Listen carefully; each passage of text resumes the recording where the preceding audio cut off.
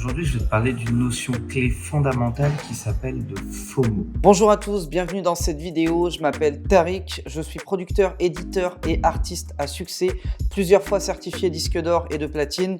Et aujourd'hui, j'aide des artistes et des producteurs indépendants à vivre de leur musique.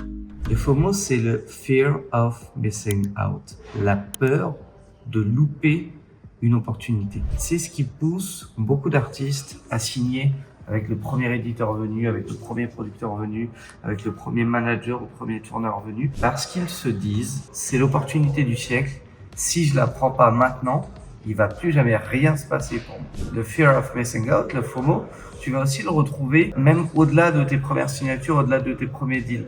Dès qu'un média va s'intéresser à toi, tu vas être en capacité de renier ta musique, renier tes valeurs pour créer ou même pour continuer d'entretenir une relation avec ce média. Et malheureusement, beaucoup d'artistes et beaucoup de producteurs en souffrent encore aujourd'hui. Alors, de quelle manière identifier le fait que tu es en train de subir ce concept de FOMO? Eh bien, quand tu as une proposition qui arrive sur la table et que chaque fibre de ton corps est en train de te dire que tu ne devrais pas signer et que ton entourage te dit ouais mais peut-être que tu devrais, tu comprends, machin, ça se présentera peut-être qu'une fois dans une vie, c'est quand même un gros label, c'est quand même une grosse maison de disques, c'est quand même un gros éditeur, etc. Et que toi-même tu te dis ouais finalement ça peut peut-être m'aider à faire avancer ma carrière, ça peut peut-être m'aider à déclencher d'autres opportunités, finalement qu'est-ce que j'ai à perdre, etc.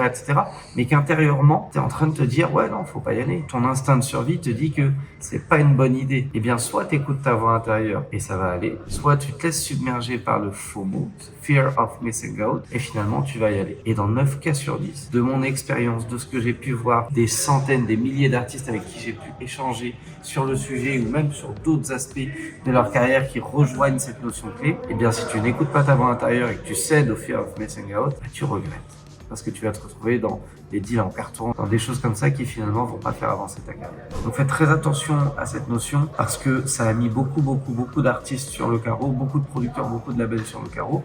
Et ça arrive pas d'ailleurs que quand tu es au début de ta carrière. Moi je l'ai vécu par exemple ce truc-là. À un moment donné, j'ai développé un artiste qui a eu une notoriété internationale, vraiment en Europe, un peu aux États-Unis, en Afrique, en Asie, etc.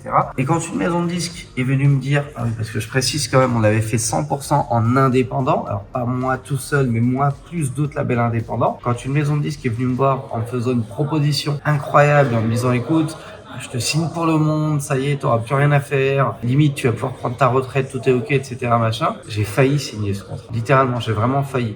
J'ai même eu, à un moment donné, une phase d'égoïsme en me disant, c'est bon pour moi. C'est pas forcément ce qu'il y a de meilleur pour l'artiste. Mais à la limite, attends, tu comprends, j'ai bossé pour. Putain, je vais quand même me mettre bien parce que tu sais, c'est l'opportunité du siècle. C'est la première fois qu'on me propose un contrat mondial avec autant de zéros derrière le 1 sur le chèque. Et puis c'est la première fois que je pouvais envisager un développement sur les États-Unis, sur le Japon, sur la Chine. C'était un truc de dingue. Mais ça m'éjectait du jeu. Ça mettait l'artiste dans une position littéralement d'esclave. Surtout, il y a un truc qui résonnait pas en moi. Je me disais, si je le fais, je vais pas être bien, je vais pas dormir, je serai clairement pas aligné avec mes valeurs et avec ce à quoi j'aspire. Donc j'ai refusé 1% d'énergie positive qui m'ont fait refuser. Sinon j'aurais accepté. Donc faites très attention au FOMO parce que ça brise vraiment des carrières, ça brise des amitiés et clairement ça peut aussi vous faire bader jusqu'à la fin de votre vie. Donc faites très attention de ne pas prendre de décision sous le coup de cette peur de manquer ou de cette peur d'être face à l'opportunité du siècle qui ne se représentera jamais. Si jamais vous n'avez pas lu ce livre, je vous invite à lire l'autobiographie d'Arnold Schwarzenegger. Il explique dans sa vie que quand il a voulu démarrer sa carrière de comédien à Hollywood, il avait des propositions dont il avait besoin pour bouffer, littéralement. Il en avait besoin pour vivre et il les refusait toutes parce que ce n'était pas, selon lui, à la hauteur du comédien, de l'acteur de légende qu'il voulait devenir. Et finalement, il aurait pu aussi se laisser submerger par le FOMO, se dire « Putain, merde, c'est un gros producteur d'Hollywood, faut absolument que je signe. » En fait, non. Il réfléchissait avec discernement, à tête reposée, froidement. Et il a refusé énormément de propositions avant d'accepter la première proposition qu'a fait de lui la star hollywoodienne qu'on a pu voir et qu'on connaît aujourd'hui. J'espère que cette vidéo vous aura plu, motivé, inspiré, vous fera réfléchir et vous fera prendre du recul sur certaines choses si jamais vous êtes confronté à ce genre de situation aujourd'hui. Si jamais c'est le cas, lâchez-moi un gros like. Abonnez-vous à la chaîne YouTube Producteur à Succès. Ça récompense mon travail, ça me motive à vous balancer encore plus de contenu sur cette chaîne YouTube. Je vous souhaite le meilleur pour la suite. Déchirez tout et je vous dis ciao ciao.